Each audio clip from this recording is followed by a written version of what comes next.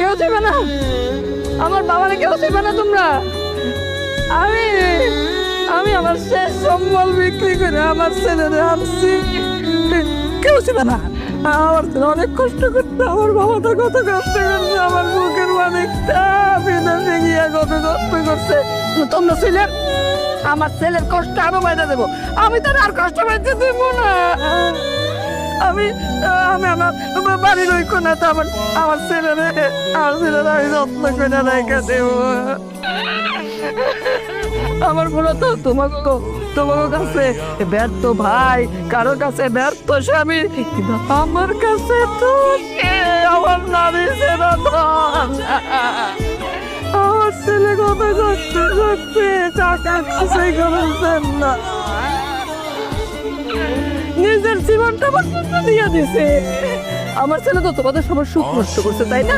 সুখ নষ্ট করছে না, আর তো সুখ নষ্ট করার জন্য কেউ নাই, চলে গেছে তো, চলে গেছে আমার বাবা। দেখুন তোমার বাবার একটু দেখুন, ও বাবা একটু কইলা তো আমার ছেলের একটু দেখি, আমার সবে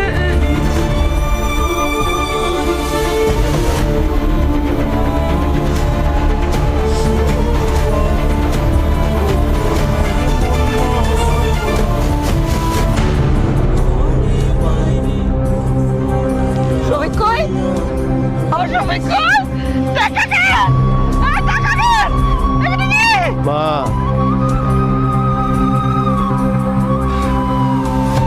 আমার কিছুই হয় না, কারণ কয়লা খনিতে তো কোনো বিস্ফোরণ ঘটনাই ঘটে না।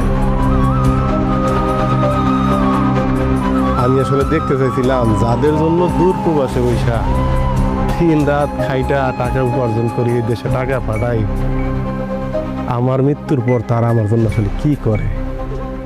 তো বিশ্বাস করো, আমার লাশটা যে তোমার কাছে বোঝ হয়ে যাইব, এটা আমি স্বপ্ন কোনোদিন